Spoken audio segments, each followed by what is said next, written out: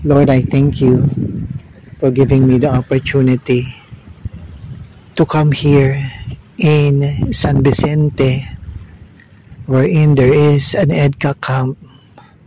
I am now facing the last island, O Lord God, ng Pilipinas, at nandito po ko sa Santa Ana, San Vicente, O Lord God, in Cagayan.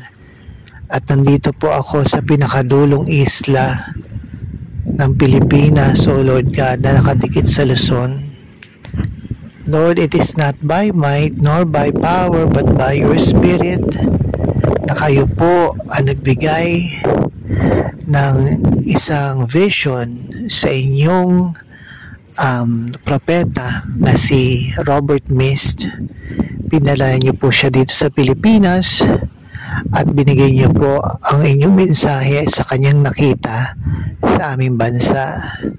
And I'm just here bilang isang mananampalataya responding, O Lord God, sa mga magaganap. Lord, I don't know what to do but my eyes are upon you because you hold the destiny of the Philippine nation.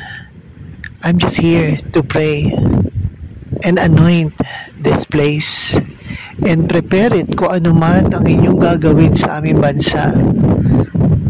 We are now surrounded by enemies from the side of the north and the side of the east, representing China and its aggression.